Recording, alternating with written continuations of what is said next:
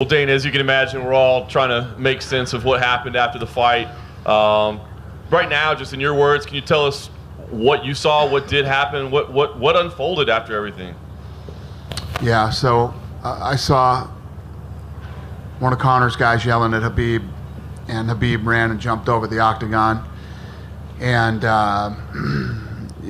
went after him. Then eventually, two of Khabib's guys got into the octagon, and one guy hit Conor with some shots and from behind, and then that's it. That's what I've seen. I haven't looked. The Nevada State Athletic Commission pulled the footage from us, and there's an investigation going on. They are withholding Khabib's purse. They are not withholding Conor McGregor's. They looked at the footage and felt that there was no need to withhold his purse, so they gave him his, and they're keeping Khabib's. With that in mind, I mean, we didn't see the belt put on Khabib tonight.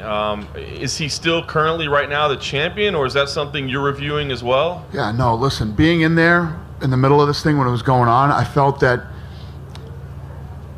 I have to start worrying about the fans and people that are inside the arena, media, the guys that are, that are there watching the fight. And I felt that if we put the belt on him in the middle of the octagon, it was going to rain. And I thought that people would throw whatever they had into the octagon, and I thought it would be a dangerous situation, so I didn't do it. I said, we're going to be lucky just getting him out of here without him getting pelted. So that's what we try to do.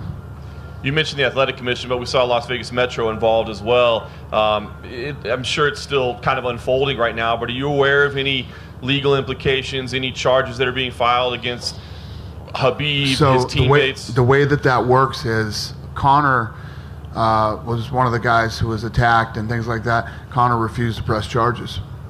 So the guys that they did have, they've released. There were three guys from Khabib's team arrested. I think they were from Khabib's team, I don't know, that were arrested, and they were released because Conor didn't want to press charges.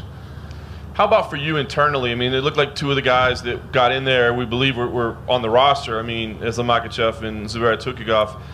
Would you take sanctions against him or Khabib? Of course. The guys who jumped in will never fight here. They'll never fight here. Listen, I've been working hard for 18 years to build the sport, and many of you, I know there's a lot of media here tonight, and some of you, this is your first event. I can promise you this is not what a mixed martial arts event is normally like. It was too eerie. I kept saying, this is too crazy, man. Everybody made weight. Everything's so smooth. Everything's this and that. We took all the right precautions. Those of you that have been to many events too, you've never seen this many Metro police officers in the building, and security was unbelievable. We had meetings. I think the last meeting we had with both teams was during the OSP Reyes fight. We did another meeting with them on what's going to happen, and this is the way I was going into the octagon, and nobody else until I felt like we had control, and I would determine who could come in and who couldn't. And everybody signed off, and everybody was cool, but I don't know. Nobody saw Khabib diving over the, he scaled that thing like he was a parkour guy. It happened so fast, the police did what they could do, and the security. But they did a great job of containing it. Because listen, I was at the Tyson Holyfield fight when that thing was crazy. It just spilled out into the crowd, then it spilled out into the casino, and it just seemed like it wouldn't stop. And when it started, that's all. I had visions of that because I was there. It was fucking scary, and they did a great job of containing it because usually that stuff spreads like a wildfire. So props to them and thanks to them. Danny, I know you always tell us that you never tell guys what to say or what not to say or how to hype a fight or whatever, but this thing was so emotionally, politically, charged in the build-up to it. After this happened, is there any regret that maybe you allowed it to go on or didn't step in? This isn't the last time. This isn't the last time guys are going to say mean things to each other. It's the fight business, It's the fight game. It's how it works. So Listen, people have been saying mean things to each other for 18 years here at the UFC. Nothing like this has ever happened. Yeah. And last thing for me, Dan, I appreciate you talking about this. You know, a rematch between those two seems both incredibly lucrative and also incredibly scary, you know, with what would happen. So give us an idea kind of where you stand. I mean, should these guys run it back, or is that an awful idea for the UFC? We have to see what happens with the Nevada State Athletic Commission. I mean, not just the commission. I mean, there's going to be fines. There's going to be God knows what, you know. Can these guys get visas and get back in the country? You know what I mean? And I mean Khabib. We'll see how this thing plays out. And, you know, like I was saying, been doing this for 18 years, and the biggest night ever, and I couldn't be more disappointed. You know me, I'm usually mad at everything, you know, but I'm not even mad. I'm just really disappointed.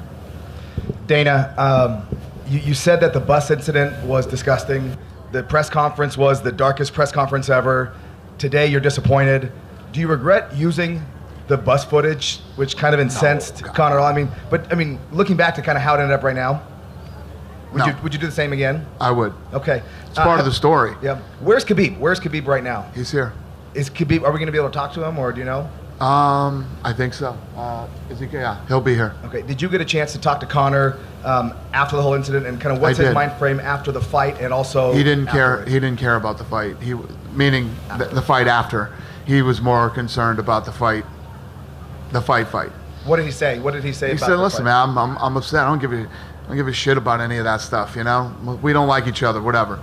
It happened." He didn't even press charges. You know, he doesn't like Khabib and the whole deal, but he didn't even press charges against him and his team. He doesn't care about that. He cares that he lost the fight. Have you talked to Khabib? Right? I have not. Okay. Thank you. What did he say to you in the octagon? Who? Khabib. I saw you talking to him in the octagon. Yeah. So Khabib, I said. He said, put my belt on me. And I said, no, we're not going to put the belt on you, because I think that the fans are going to go crazy and they're going to throw stuff in here. He says, I don't care. I'm ready for this. I said, yeah, well, the other 20,000 people that are sitting here and paid for tickets aren't ready for this. You know what I mean? And he said, if I have to be arrested, then I have to be arrested, but I want my belt put on me. And then finally, Cormier and Rockhold did a great job of helping contain, the situation and get him out of there. Was it a bad thing from the standpoint, everybody's talking, nobody was mad, there wasn't any fans who were saying, I'll never watch UFC again, they're talking, when are these guys going to fight again? So is it a bad thing or is it a good thing? No, it's definitely not a good thing, you know what I mean? And maybe I'm taking it harder than most people would, because this, I don't know, it's just not who we are. It's not what we do. You guys know. You've been to a million events, man.